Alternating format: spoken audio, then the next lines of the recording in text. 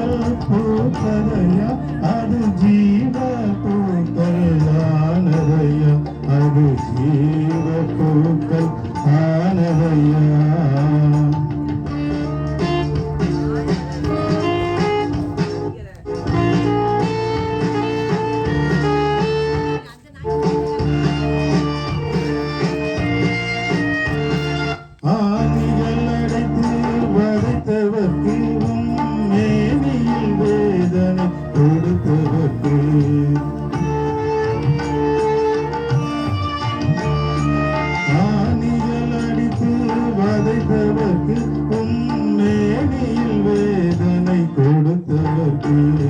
பிதாவே இவர்களை மன்னியும் என்று பிதாவே இவர்களை மன்னியும் என்று முதலாம் மலர்ந்த மன்னிப்பு சிலுவையில் முதலாம் மலர்ந்த மன்னிப்பு கல்வாரி என்னும் தோட்டத்திலே என் கர்த்தர் தங்கும் மரத்தினிலே கல்வாரி என்னும் தோட்டத்திலே என் கர்த்தர் தங்கும் மரத்தினிலே ஏழு பூக்கள் பூத்ததையா அது ஜீவ பூக்கள் ஆனதையா அது ஜீவ பூக்கள் ஆனதையா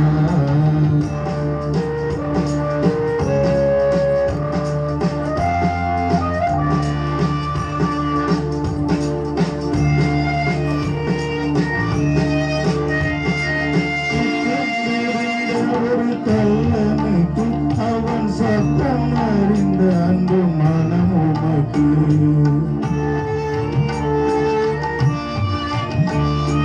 குற்றம் புரிந்த ஒரு கல்லனுக்கு அவன் சத்தம் அறிந்த அன்பு மனம் உமக்கு இன்றைக்கு பரதேசில் இருப்பாய் என்று இன்றைக்கு பரதேசில் இருப்பாய் என்று இரக்கத்தால் மலர்ந்த ரட்சிப்பு சிலுவையில் இரக்கத்தால் மலர்ந்த ரட்சிப்பு கல்வாரி என்னும் தோட்டத்திலே என் கர்த்தர் தங்கும் மரத்தினிலே கல்வாரி என்னும் தோட்டத்திலே என் கர்த்தர் தங்கும் மரத்தினிலே ஏழு பூக்கள் பூக்களையா அது ஜீவ பூக்கள் ஆனதையா அது ஜீவ பூக்கள் ஆனதையா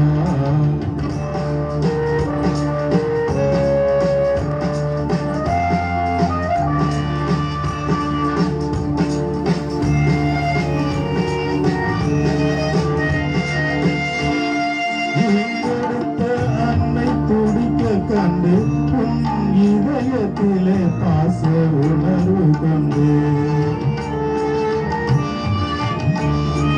இந்தெடுத்த அன்னை துடிக்க கண்டு உன் இதயத்திலே பாச உணர்வு கொண்டு ஸ்திரியே அது உன் மகன் என்று ஸ்திரியே அது உன் மகன் என்று பாசத்தால் மலர்ந்த பராமரிப்பு தாய் பாசத்தால் மலர்ந்த பராமரிப்பு கல்வாரி என்னும் தோட்டத்திலே என் கர்த்தர் தங்கும் மரத்தினிலே கல்வாரி என்னும் தோட்டத்திலே என் கர்த்தர் தங்கும் மரத்தினிலே ஏழு பூக்கள் பூத்ததையா அது ஜீவ பூக்கள் ஆனதையா அது ஜீவ பூக்கள் ஆனதையா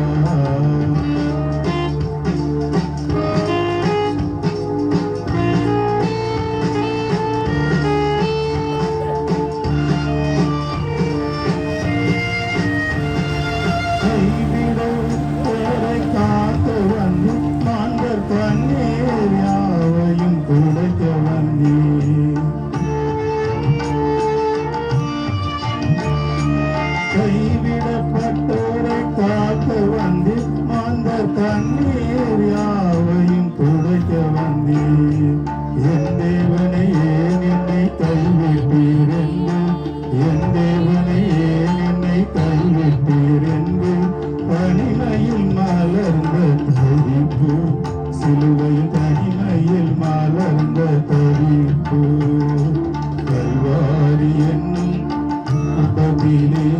என் கர்த்தர் தொங்கும் மரத்தினிலே கல்வாரி என்னும் தோட்டத்திலே என் கர்த்தர் தொங்கும் மரத்தினிலே 7 பூக்கள் பூத்ததையா அது ஜீவ பூக்கள் ஆனதையா அது ஜீவ பூக்கள் ஆனதையா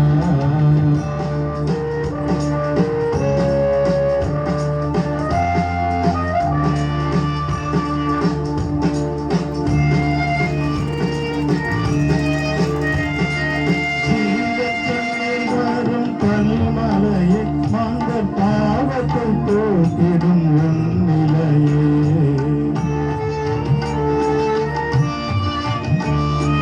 ஜீவக்கண்ணீர் வரும் கண்மலையே அந்த பாவத்தை போக்கிடும் உன்னிலையே தாகமாயிருக்கிறேன் என்று உரைத்து தாகமாயிருக்கிறேன் என்று உரைத்து தாகத்தால் மலர்ந்த கலைப்பு சிலுவையில் தாகத்தால் மலர்ந்த கலைப்பு கல்வாரி என்னும் தோட்டத்திலே என் கர்த்தர் தொங்கும் மரத்தினிலே கல்வாரி என்னும் தோட்டத்திலே என் கர்த்தர் தொங்கும் மரத்தினிலே 7 பூக்கள் பூத்ததையா அது ஜீவ பூக்கள் ஆனதையா அது ஜீவ பூக்கள் ஆனதையா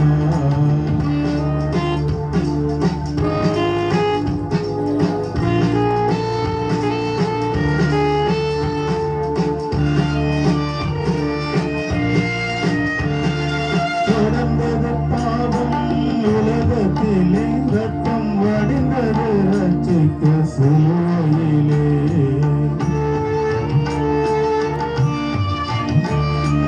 தொடர்ந்தது பாவம் உலகத்திலே ரத்தம் வடிந்தது ரட்சிக்க சிலுவையிலே முடிந்தது எல்லாம் என்று உரைத்து முடிந்தது எல்லாம் என்று உரைத்து முழுமையாய் மலர்ந்த பூரிப்பு சிலுவையில் முழுமையால் மலர்ந்த பூரிப்பு கல்வாரி என்னும் தோட்டத்திலே என் கர்த்தர் தங்கும் மரத்தினிலே கல்வாரி என்னும் தோட்டத்திலே என் கர்த்தர் தங்கும் மரத்தினிலே 7 பூக்கள் பூத்ததையா அது ஜீவ பூக்கள் ஆனதையா அது ஜீவ பூக்கள் ஆனதையா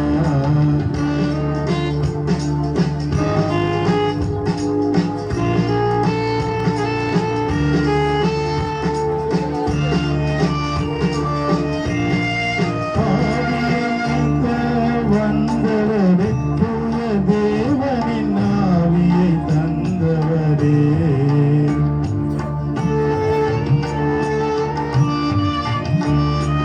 பாவியை நீக்க வந்தவரே தூய தேவனின் ஆவியை தந்தவரே உங்கரத்தில் என் ஆவியை தந்து விட்டேன் என்று உங்கரத்தில் என் ஆவியை தந்து விட்டேன் என்று உன்னதத்தில் மலர்ந்த ஒப்புவிப்பு உன்னதமாய் மலர்ந்த ஒப்புவிப்பு கல்வாரி என்னும் தோட்டத்திலே என் கர்த்தர் தங்கும் மரத்தினிலே கல்வாரி என்னும் தோட்டத்திலே என் கர்த்தர் தங்கும் மரத்தினிலே 7 பூக்கள் பூத்ததையா அது ஜீவ பூக்கள் ஆனதையா அது ஜீவ பூக்கள் ஆனதையா நல்ல நேரத்தில் தகப்பனே உங்களுடைய வார்த்தைகள் நீ சிலுவையிலே அன்று பேசின அந்த 7 வார்த்தைகளை குறித்து ஒவ்வொருவராக பேசி வந்திருக்கிறேன் சொல்லுவான் எங்களை மறைத்து நீர் வெளிப்படும்படியாக ஜெபிக்கிறேன் தகப்பனே ஒவ்வொரு வார்த்தையிலும் வந்திருக்கிற ஒவ்வொருவருக்கும் பிரயோஜனமாக இருக்கத்தக்க அதை மறைத்து நீர் வெளிப்படுகிறாங்க உடைய நாமம் ஒன்றே மகிமைப்படட்டும் இயேசு கிறிஸ்துவின் நாமத்தில் ஜெபிக்கிறோம் எங்கள் ஜீவனுள்ள நல்ல பிதாவே ஆமென்.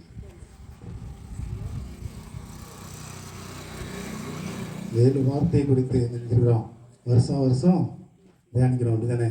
லேலியா சார் கேட்டது போல இன்னைக்கு ஒரு சந்தோஷமான நாள், அப்படித்தானே? அந்த துக்கத்தில் யாரும் இருக்கிறாங்க, அப்படித்தானே?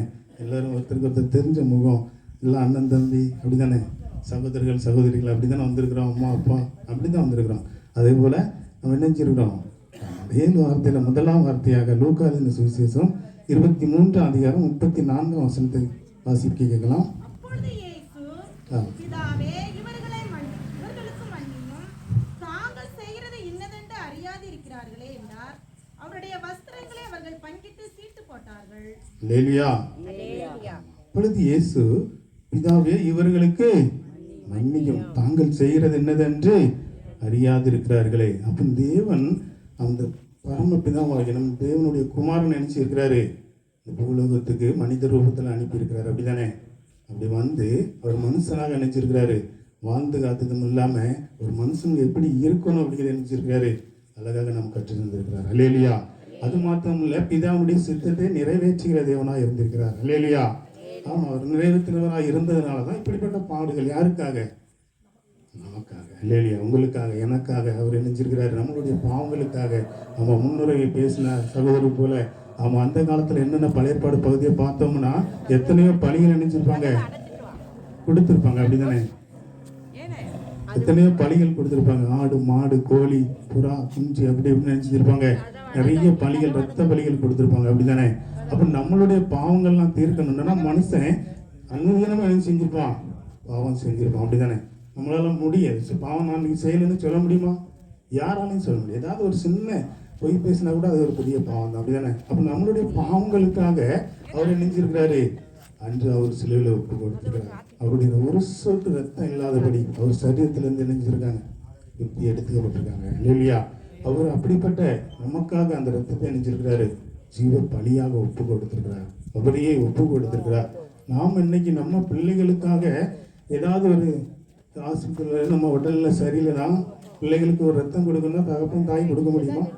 இல்லை தாய்க்கு தகப்பன் பிள்ளைகளுக்கு கொடுக்க முடியுமா? சொந்த பந்தங்களாக இருந்தாலும் கூட கொடுக்க முடியுமா? அது கரெக்டாக மேட்சானா தான் நினைச்ச முடியும், கொடுக்க முடியும். ஆனாலும் தேவாதி தேவன் உங்களுக்காக எனக்காக அவர் ரத்தத்தை நினைச்சிருக்கிறாரு, கிரயமாக கொடுத்திருக்கிறார். அப்படி கொடுத்ததும் இல்லாமல் அவர் நித்திய காலமாக என் பிள்ளைகள் என்ன செய்யணும், என்னோடு கூட இருக்கணும் அப்படிங்கிறதுக்காக தான் இப்படிப்பட்ட பாடுகளை சுமந்திருக்கிறார். அப்படி சுமந்தது இல்லாமல் உங்களையும் என்னையும் அவருடைய பிள்ளைகளாய் அழைத்திருக்கிறார். அதனால தான் அந்த நாளில் அவருடைய வார்த்தைகளை நம்ம என்ன செய்யறோம், தியானித்துட்டு இருக்கிறோம், தியானிக்கிறோம், அதை படிக்கிறோம், என்ன செய்யறோம், அதன்படி ஒரு சில பேர் இருக்கிறோம், ஒரு சில பேர் அந்த பழைய பாவத்தில் தான் நினைச்சிட்டு இருக்கிறாங்க, அப்படிதானே? ஆனால் அவர்கள்லாம் என்ன செய்ய வேண்டும், மனம் திரும்ப வேண்டும். மத்தேயு எழுதின சுவிசேஷம் 6ஆம் அதிகாரம் 14ஆம் வசனம் வாசிப்போம். மத்தேயு 6:14. மனுஷனுடைய தப்பிதங்களை நீங்கள் அவர்களுக்கு மன்னித்தால் உங்கள் பரமபிதா உங்களுக்கு மன்னிப்பார். லேலியா எவ்வளவு தெளிவாக வசனம் கொடுத்துருப்பாருங்க. மனுஷருடைய தப்பிதங்களை நீங்கள் அவர்களுக்கு மன்னித்தால் உங்கள் பரமபிதா உங்களுக்கு மன்னிப்பார். இப்போ நம்ம அவருடைய பிள்ளைகள் என்று நம்ம பெயர் பெற்றிருக்கிறதுனால நாம் என்ன செய்யணுமா, மனுஷருடைய தப்பிதங்களை மன்னிக்கிறவர்களாக காணப்பட வேண்டும்.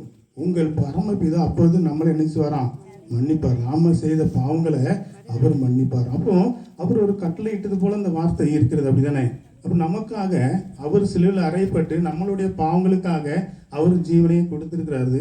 அதே நேரத்தில் அவர் சிலுவையில் அறையும் போது கூட என்ன சொல்றாரு, பிதாவை இவர்களை மன்னியும் என்று சொல்றாரு. அப்போ இவர்கள் செய்கிறது என்னதென்று அறியாது இருக்கிறார்களே. அப்போ நம்மளுடைய சகோதர சகோதரிகளும் நம்ம சொந்த பிள்ளைகளாக இருந்தாலும் கூட ஒரு சில நேரங்களில் தெரியாத தவறுகள் செய்யும் போது என்ன செய்ய வேண்டும், மன்னிக்க வேண்டும், அப்படிதானே? அப்போ அதுதான் அந்த வசனம் தெளிவாக கொடுத்திருக்கு. மனுஷருடைய தப்பிதங்களை நீங்கள் அவர்களுக்கு மன்னித்தால் உங்க பரமபிதா உங்களுக்கு மன்னிப்பார். அது மாத்திரமல்ல, அதுக்கு அடுத்த வசனம் போட்டிருப்பாங்க, மனுஷனுடைய தப்பிதங்களை நீங்கள் மன்னியாதிருந்தால் உங்கள் பிதா உங்கள் தப்பிதங்களையும் மன்னியாது இருப்பார். அப்போ நம்மளை அறியாமலே செய்கிற பாவங்கள் இருக்குது, தெரிந்து செய்கிற பாவங்கள் இருக்கிறது. இதையெல்லாம் நம்ம மன்னிக்கணும்னா நம்மளுடைய தேவனால் மாத்திரம்தான் முடியும், இல்லையா? நம்ம பிள்ளை ஒரு சின்ன தப்பு செஞ்சுட்டா கூட நெஞ்சிருந்தோம், பட்டுன்னு அடிச்சிருந்தோம், அப்படிதானே? ஏதாவது பக்கத்து வீட்டில் ஏதாவது பிரச்சனைனா அடிச்சிருந்தோம். ஒரு தூக்கும்போது ஒரு தூசி நம்ம வீட்டுக்கு வந்துட்டுனா நெஞ்சிருந்தோம். ஆமாம், ஏத்தரில் நிறைய பார்க்குறேன் நானும். எதிர்த்து வீட்டிலேருந்து அந்த வீட்டுக்கு போயிட்டா நினைஞ்சிரும், சண்டை வந்துடும், மன்னிக்க முடியல. அப்படிதான் இருக்குது இந்த நாட்கள், அப்படிதானே? கொடிய பாவம் நிறைந்த காலம் ஆகிட்டு. அதனால மன்னிக்கக்கூடிய சுபாவம் கொஞ்சம் பேருக்கு தான் இருக்குது. தேவனை பற்றி நல்ல அறிந்திருந்தவங்களும் கூட தெரிந்திருந்தவங்களும் கூட ஒரு சில பேர் தான் அந்த மன்னிக்கக்கூடிய சுபாவத்தில் இருக்கிறாங்க. ஆனாலும் நம்ம அனுதினமும் தியானிப்போம், ஆனாலும் நெஞ்சிருதோம், அதை மறந்துடுதோம். அது அப்படி இல்லாதபடி நம்ம ஒருவர் குற்றத்தை மன்னிக்கும் போது நம்முடைய பரமபிதா நம்ம தப்புகளை என்ன செய்வார்? மன்னிப்பார். இல்லையா? அதுதான் அந்த வேதவசனம் தெளிவாக நம்ம கற்று தந்திருக்கு. அதனால அடுத்ததாக மத்தேயு 18:21 எடுத்து வாசிப்போம்.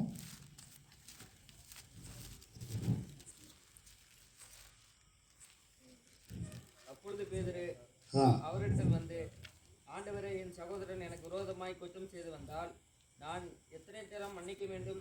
7 தரம் மட்டுமா என்று கேட்டான். அல்லேலூயா. அதுக்கு தேவன் என்ன சொல்லியிருக்கிறார்? அதுக்கு அடுத்ததுல இயேசு 70 தரம் மட்டும் என்று உங்களுக்கு சொல்லுகிறேன். அப்போ ஒரு சகோதரன் ஒரு சின்ன குற்றம் செஞ்சா இந்த காலத்துல மன்னிக்கிறோமா? நிறைய பேர் வீட்டில் நம்மளை பற்றி நம்ம பேசணும், அடுத்தவங்களை பற்றி பேச வேண்டாம். ஆண்டவர் அறிந்தவங்களும் கூட உங்கள் தம்பி வீட்டில் எதுவும் ஃபங்க்ஷனை போகலையான்னு கூட நினைச்சுறாங்க, முடியல. அப்படிதான் இருக்கிறோம் இந்த நாட்களில். ஏன்னா நமக்குள்ள ஒரே தொழுவத்தில் உள்ளவங்களே நினைச்சுக்கிறோம், ஒருத்தருக்கு ஒருத்தர் பேச முடியல. ஒரே தாயின் வயிற்றுல பிறந்த குழந்தைகள் கூட ஒருத்தருக்கு ஒருத்தர் பேச முடியல. இங்கே என்ன தெளிவாக கொடுத்துருப்பாங்க வேத வசனம், 70 தரம் என்ன செய்யணுமா? மன்னிக்கிறோமா? இந்த நாட்களில் நம்ம இதெல்லாம் பார்க்குறோம்லாம், இதை பற்றி தெரிந்து இருக்கிறோம், அப்போ நம்ம இதை பற்றி செய்கிறோமா என்று என்ன செய்ய வேண்டும்? சிந்தித்து பார்க்க வேண்டும். அப்படி மன்னித்து நீங்கள் ஒருவருக்கு ஒரு குற்றத்தை மன்னிக்கும் போது தான் தேவன் செய்வார், உங்களுடைய குற்றங்களை மன்னிப்பார். அப்போ நம்ம அறிந்து இருந்தும் கூட நம்மளே பார்த்துட்டு தான் நான் நிறைய காரியங்கள் சொல்லிட்டு இருக்கிறேன். நம்ம அறிந்து இருந்தும் கூட அந்த குற்றங்களை என்ன செய்ய முடியல? மன்னிக்க முடியல. சகோதரருக்குள்ள ஒரு ஒற்றுமை இல்லை. அது தேவன் ரொம்ப தெளிவாக அந்த வார்த்தை கொடுத்துருக்காரு. சகோதரம் 70 தரம் என்ன செய்யணுமா? மன்னிக்க வேண்டும். எப்படி எனில் பரலோக ராஜ்யம் தன் ஊழியக்காரத்தில் வாசிங்க. அதுக்கு அடுத்த வசனம் 23.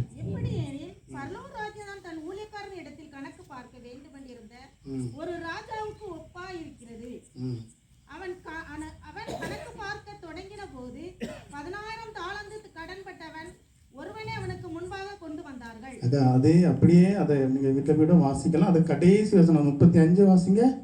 நீங்களும் அவன் தன் சகோதரன் செய்த தப்பிதங்களை மனப்பூர்வமாய் மன்னியாமல் போனால் என் பரமபிதா உங்களுக்கு இப்படி செய்வார் என்றார். அல்லேலூயா. அந்த மாதிரி இருக்கும். அதை நீங்க வீட்டில் வாசிப்பீங்க, இதோட தெளிவா புரியும். ஆனாலும் நீங்களும் அவனவன் தன் சகோதரன் செய்த தப்புங்களை மனப்பூர்வமா என்ன செய்யணுமா? மன்னிக்கப்பட வேண்டும். நாம சாதாரணமாக கூட நினைஞ்ச மாட்டோம், மன்னிக்கப்பட்டோம். நம்ம எப்படிப்பட்ட பிள்ளைகளா இருக்கிறோம்னு சிந்தித்து பார்க்க வேண்டும். அல்லேலூயா. ஆமா. ஏன்னா இயேசுவை பத்தி உங்களுக்கு நல்லா தெரியும், அப்படித்தானே? அவருக்கு சகோதரன் நினைச்சாங்க, அவங்களெல்லாம் தூக்கி கிடங்குல போட்டாங்க, மறுபடியும் நினைச்சாங்க வித்துட்டாங்க, அப்படித்தானே? இயேசு தானே? ஆமா. ஆனாலும் அவர் என்ன, அவங்க சகோதரன்லாம் மறுபடியும் அவங்க நாட்டுக்கு தேடி போகும்போது என்ன செய்யாரு? அடிச்சு விரட்டினாரா? ஏன் மௌனமாக இருக்கீங்க? நான் ஆரம்பத்திலே சொன்னேன், அப்படிதானே? ஆமாம், அவங்களுக்கு சரித்திரம் தெரியும் தானே? அப்போ அவங்க சகோதரன் நினைச்சாரு, அடிச்சு விரட்டாரா? இல்லை, எவ்வளோ பாசமாக அரவணைச்சு எல்லா காரியத்தையும் கொடுத்து எப்படி உதவி செய்து நெஞ்சாரு. எவ்வளோ நாள் கழித்து போனாலும் கூட கட்டி தலைவை நெஞ்சாரு, இப்போ கூட கொடுத்தாரு, அப்படிதானே? அப்போ நம்ம சகோதரர்களுக்குள்ள இந்த நாட்களில் எப்படி இருக்கிறோம் என்று என்ன செய்ய வேண்டும்? சிந்தித்து பார்க்க வேண்டும். அல்லேலூயா. அப்போ நம்முடைய சகோதரருக்குள்ளேயே நம்ம மன்னிக்கக்கூடிய சுபாவம் இல்லையே, நம்ம அடுத்தவங்களை எப்படி மன்னிப்போம்? தேவன் அதில் நினைச்சிருக்கிறாரு. தெளிவாக அந்த வார்த்தைகள்லாம் கொடுத்திருக்கிறார். தேவனுடைய பிள்ளைகள் எப்படி இருக்க வேண்டும் என்பது தெளிவாக கொடுத்திருக்கிறார். நம்ம வருடம் இதை நினைச்சிட்டு இருக்கிறோம், இதை அணிக்கிறோம். ஆனாலும் அதை என்ன செய்கிறோம்? இந்த காலத்தில் வாங்கி இந்த காலத்தில் விட்டுட்டு போயிருந்தோம். ஆனால் அப்படி இருக்காதபடி தேவன் அந்த இயேசுவை போல நாம் என்ன செய்ய வேண்டும்? எவ்வளோ பெரிய தவறாக இருந்தாலும் கூட மன்னிக்கணும். போகிறப்போ ஒன்றும் கொண்டு போக முடியாது, அப்படிதானே? ஆமாம். எப்படி பிறந்தோமோ அப்படியே தான் நினைச்சுவாங்க, அனுப்பாங்க. நம்மளுடைய ஆவி தேவனிடத்தில் என்ன செய்யணும்? போய் சேர வேண்டும். அல்லேலூயா. அந்த சரீரம் இருக்கிற வரைக்கும் தான் அந்த உயிர் இருக்கும். அது அழிந்த பிறகு நம்மளுடைய ஆவி என்ன செய்யணும்? பிதா எப்படி தேவனுடைய கரத்தில் அவருடைய ஆவியை ஒப்பு கொடுத்தாரோ அப்படியே நாம் என்ன செய்ய வேண்டும்? ஒப்பு கொடுக்கிற பிள்ளைகளாக காணப்பட வேண்டும். அதற்காக தான் நீங்களும் நான் நினைஞ்சிருக்கிறோம், அழைக்கப்பட்டிருக்கிறோம். ஆமாம். கொலைசியர் 3 அதிகாரம் 12 வசனம் வாசிக்கலாம்.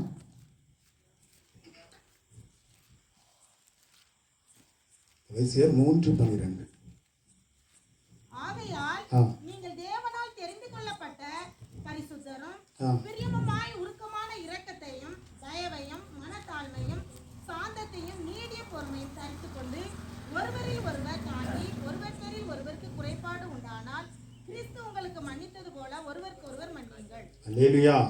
இந்த வசனம் தெளிவா கொடுத்திருக்கோம். ஆகையால் நீங்கள் தேவனால் தெரிந்து கொள்ளப்பட்ட பரிசுத்தரும் பிரியருமாய் உருக்கமான இரக்கத்தையும் தயவையும் மனத்தாழ்மையும் சாந்தத்தையும் நீடிய பொறுமையும் தரித்து கொண்டு ஒருவருக்கொருவர் தாங்கி ஒருவர் பேரில் ஒருவருக்கு குறைபாடு உண்டானால் கிறிஸ்து உங்களுக்கு மன்னித்தது போல ஒருவருக்கொருவர் மன்னியுங்கள். அப்போ தேவன் அழகாக ஒவ்வொரு வார்த்தைகளுக்கும் நமக்கு நம்மளுடைய முற்பிதாக்கள் மூலமாக இணைஞ்சிருக்கிறாரு, எழுதி வச்சிருக்கிறார். அப்படிதானே? ஆமாம். அவருடைய சித்தம் இல்லாமல் இந்த காரியங்கள்லாம் பைபிளில் இருக்குமா? ஒரு எழுத்து கூட இருக்காது. ஆனாலும் அவருடைய பிள்ளைகளை கொண்டு அவர் அழகாக நமக்கு எழுதி வச்சிருக்கிறார். நம்ம அதை படிக்கும்போது அதை என்ன செய்ய வேண்டும்? உணர வேண்டும். உணர்கிற பிள்ளைகளாய் எவ்வளோ அழகாக போட்டிருக்கு. நம்மளை பெருமைப்படுத்தின மாதிரி இந்த வசனம் இருக்குது. ஆனாலும் நம்ம அதைப்படி நடக்கிறோமா என்று சிந்தித்து பார்க்க வேண்டும். ஆகையால் நீங்கள் தேவனால் தெரிந்து கொள்ளப்பட்ட பரிசுத்தர் பிரியருமாய் உருக்கமான இரக்கத்தையும் தயவையும் மனத்தாழ்மையையும் சாந்தத்தையும் நீடிய பொறுமையையும் தரித்து கொண்டு.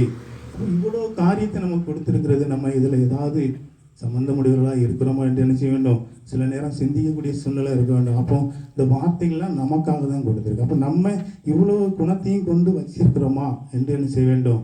சிந்தித்து பார்க்கலாம். அதுக்கப்புறம் கொடுத்திருக்கு, ஒருவருக்கொருவர் தாங்கி ஒருவர் பேரில் ஒருவருக்கு குறைபாடு உண்டானால் கிறிஸ்து உங்களுக்கு மன்னித்தது போல ஒருவருக்கொருவர் மன்னியுங்கள். அல்லேலூயா. இவ்வளவு தெளிவாக வேதவசனம் கொடுத்திருக்கிறது.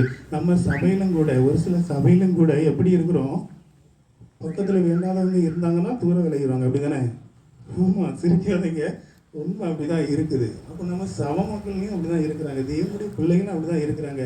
இது சிரிச்சாலும் கூட சின்ன ஆண்டவர் நம்மளை பார்த்துட்டு இருக்கிறார். அல்லேலூயா. உங்களுக்காக நான் என்ன செஞ்சேன்? என்னுடைய சொந்த ரத்தத்தை கொடுத்தேனே, என் சொந்த ரத்தத்தை ஜீவனையும் கொடுத்து உங்களை மீட்டு கொண்டேனே, நீ எனக்காக என்ன செய்து கொண்டிருக்கிறாய் என்று தேவன் எதிர்பார்த்து காத்து கொண்டிருக்கிறார். ஆமாம், இன்று உன் ஜீவன் போனால் உன் தீ வாழ்வேங்கை காண்பா என்று அவர் எதிர்பார்த்து காத்து கொண்டிருக்கிறார். அப்போ நாம எல்லா பாவங்களையும் மன்னிக்கிற தேவனிடத்தில் கற்றுக்கொள்கிற ஒவ்வொரு காரியமும் அவர் கடைசியாக அந்த 7 வார்த்தையை இணைஞ்சிருக்கிறாரு. தெளிவாக ஒவ்வொரு வார்த்தையை சொல்லி கற்று செஞ்சுட்டு போயிருக்கிறாரு. அந்த 7 வார்த்தையை நம்ம கடைப்பிடித்தாலே அவருடைய கட்டளை என்ன எத்தனை கட்டளை? 10 கட்டளையா? அந்த 10 கட்டளையும் கடைப்பிடிச்சது போல நமக்கு என்ன செய்யும்? அனுபவமாக வரும். ஆமாம், அதில் முதலாவது இந்த சிலுவையில் பேசின அந்த மன்னிப்பு என்கிற வார்த்தை எல்லோருக்கும் ஒரு முக்கியமான வார்த்தையாக இருக்கும். அல்லேலூயா. ஆமாம், அதில் எவ்வளோ தெளிவாக கொடுத்துருக்கு. சகோதரர்களுடைய பாவங்களை மன்னிக்கணும். நம்ம தப்பிதங்கள், ஆமாம், நம்ம சபையில் உள்ள யாராவது ஒருத்தர் வித்தியாசமாக செய்தால் கூட என்ன செய்யணும்? மன்னிக்கணும். வீட்டில் பக்கத்து வீட்லேயோ எதிர் வீட்லேயோ யாராவது நமக்கு விரோதமாக செய்தால் கூட என்ன செய்யணும்? மன்னிக்கப்பட வேண்டும். நம்ம விவசாயம் பண்ணுகிற பூமி, விவசாயத்தில் பக்கத்து வயக்காரங்க நமக்கு வேண்டாதவங்க ஒரு தப்பு செஞ்சாலும் கூட என்ன செய்யணும்?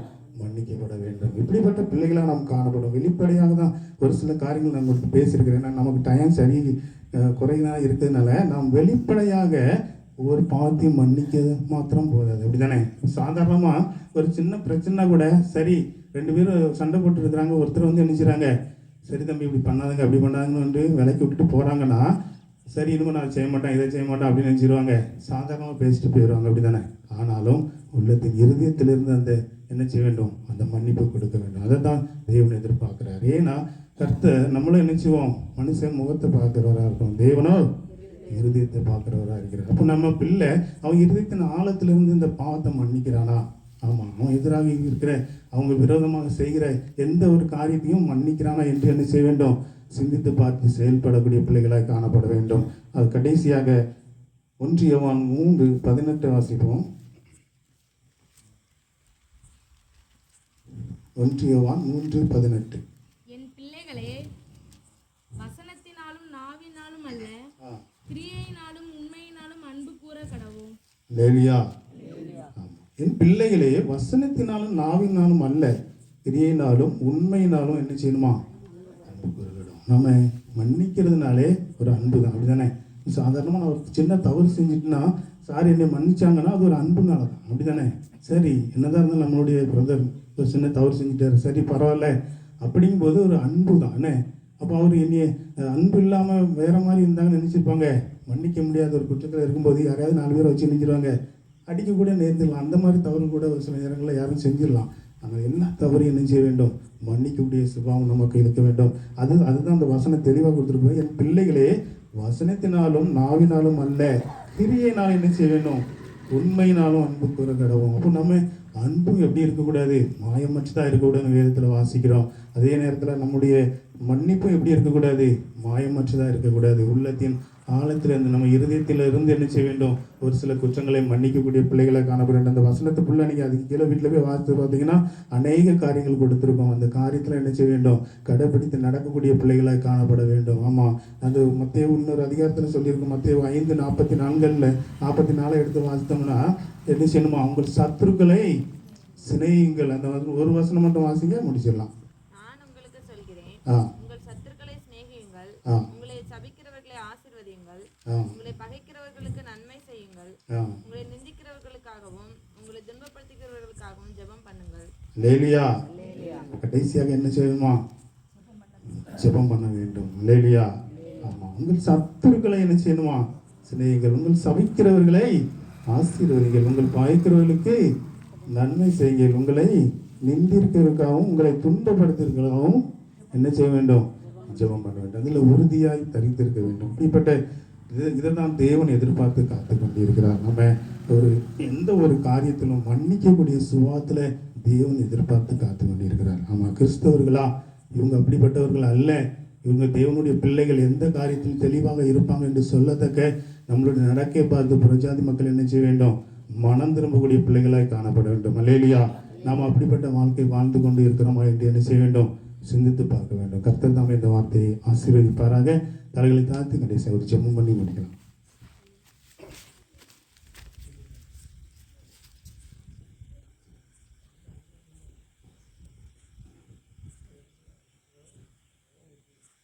இருக்கும் மனதிற்கும் அன்பு நிறைந்த நல்ல தகப்பனே, தர்மையான நல்ல வேலைக்காக நன்றி செலுத்துகிற தகப்பனே, இந்த 7 வார்த்தையை பேசினீரப்பா. முதலாவது வார்த்தையாக மன்னிப்பு என்ற தலைப்பின்படி அப்படியே மறைத்து நீர் வெளிப்பட்டு நன்றி செலுத்தணும். உங்களுடைய வார்த்தைகளை கொண்டு அநேக காரியங்கள் நாங்கள் பார்த்திருக்கிறோம், தியானித்திருக்கிறோம் இயேசுப்பா. அதன்படி நடக்கக்கூடிய பிள்ளைகளாய் ஒவ்வொருவரும் அதை கடைபிடித்து நடக்க நீங்கள் உதவி செய்யுங்க. அடியனையும் அப்படியே நீங்கள் வழி நடத்துங்க, ஆசீர்வதிங்க, பாதுகாத்து கொள்ளுங்க தகப்பனை. இனிமேல் வரக்கூடிய 6 வார்த்தைகளையும் பேசக்கூடிய ஒவ்வொரு சகோதர சகோதரியும் உங்களுடைய கரங்களை ஒப்பு கொடுத்து ஜெபிக்கிறேன். அவர்களை மறைத்து நீர் வெளிப்படுவீராக. உங்களுடைய பெரிய நாமம் ஒன்றே மையப்படட்டும். இயேசு கிறிஸ்துவின் நாமத்தில் ஜெபிக்கிறோம் எங்கள் ஜீவனுள்ள நல்ல